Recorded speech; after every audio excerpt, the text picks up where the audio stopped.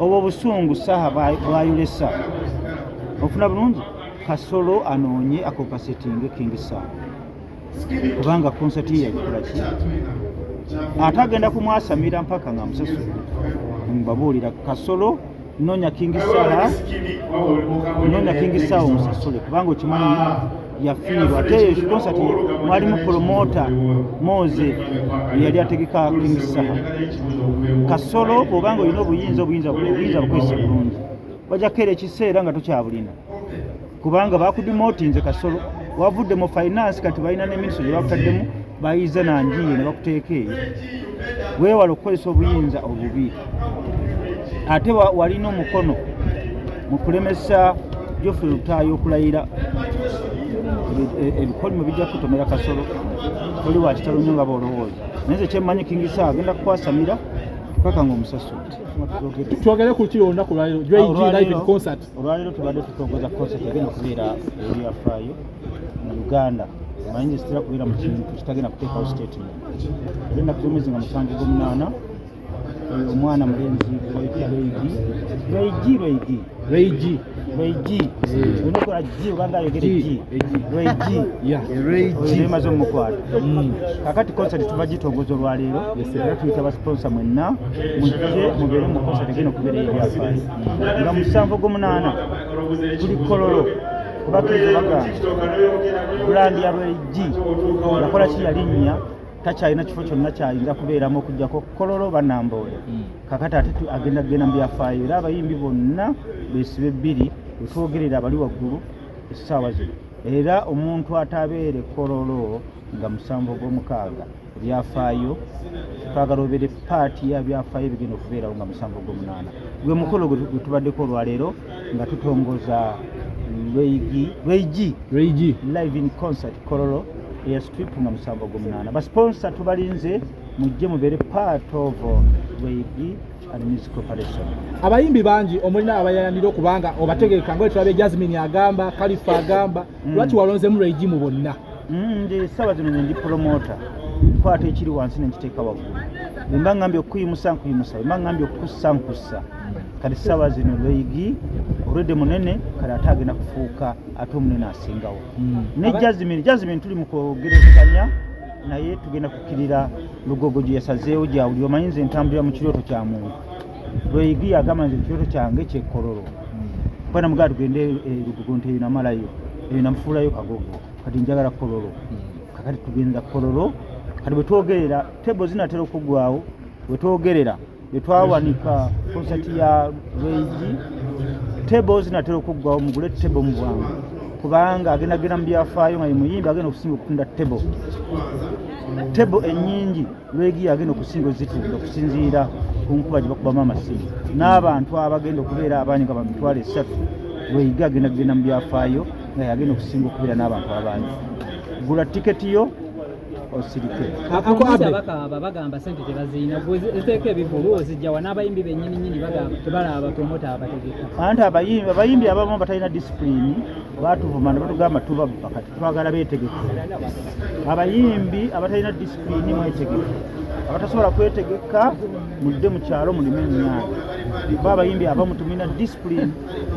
abayimbi abatalina disipulini mudde mu kyalo mulime ennyaanya bapromota bali mabanja sente balama yazikwata kubanga batuwaayo obukadde batuwadde akawumbi kamu n'ekitundu sako yawe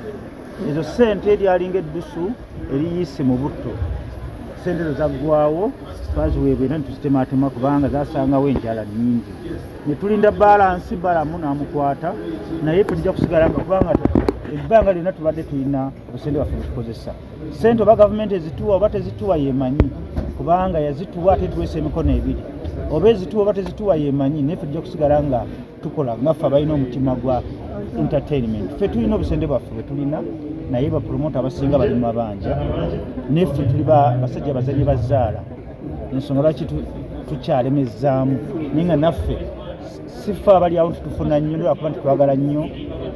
ebidongo bino naye ng'ebidongo bisala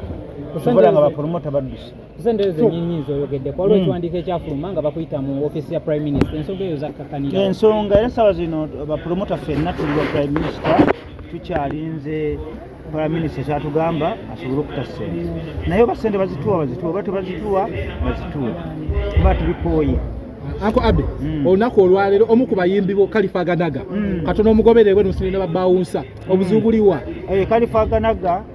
ngayo omusajja omukulu w'entondo yambisamu eggaali n'entondo wala ate entondo wala bubi nnyo yambisamu eggaali yanvuma tumanyi bekayisaamu abantu eggaali nange nenkasimbi era badde bakasitula okutwalire mu bbanga Kaganaga naye ngenza okulaba badde bagenda musitula omutwalire mu bbanga naye nga nze siba nampala naye abebeerera mu bantu abamu kuba tiyanzitira muntu kale ekyo kiweddewo Aganaga kuddamu tutambule era konsati ye bagitaani konsati alina kayimba Nasanga Festival tugenda giteekamu ekigere ngenda betugenda okuteeka ekigere mu Black Woman Jasmine onfuna bulungi ne kati lweyigi essaawa zino emboozi eri mu ggwanga nga 7 ogw'omunaana Polo ESP. Ako abo mwaka guno noyayo nteekateeka ki endala z'otegese? Omwaka guno ebivulu byenyina bingi kubanga nze kennyini nze ebivulu nina Comedy Festival nga nnya July Wuma Showground bwetuva mu Wuma Showground tugenda kudda mu Lweigi mbanga yogere G Lweigi nga 7 ogw'omunaana awo betuvaawo tujja kuyingira Jasmine betumuvaamu awo tujja kuba tuyingira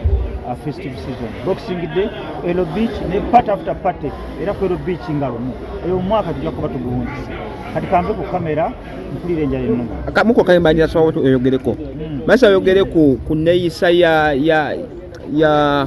King Saha negundi ne Kasolo embeera yaabwe ya King Saha ne Kasolo n'ofuzi bekyaganidde mu ndongo eneeyisa ya King Saha eneeyisa ebadde etya kyakulabikidde kitabwe ng'omutegesi w'ebivulu kubanga King Saha omuntu yenna abateekateeka ekivulu kye oli nakistoping omanye okute ebivulu owaayo oli oba bayitewo naye musajja yisaawo akamotoka tugende mu maaso fe Akabe Akabe tugende ku nsonga omutegesi w'ebivulu wakirabidde mu mbeera ki ekintu kye bayita okuteekateeka ekivulu bizinesi ndala nga bolaba omusuubuzi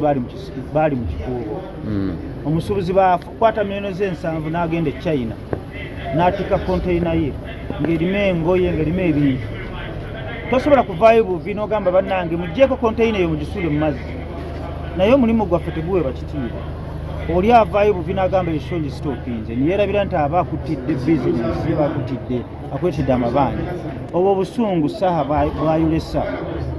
ofuna bulungi Kasolo anoonye akompasetinge King Saha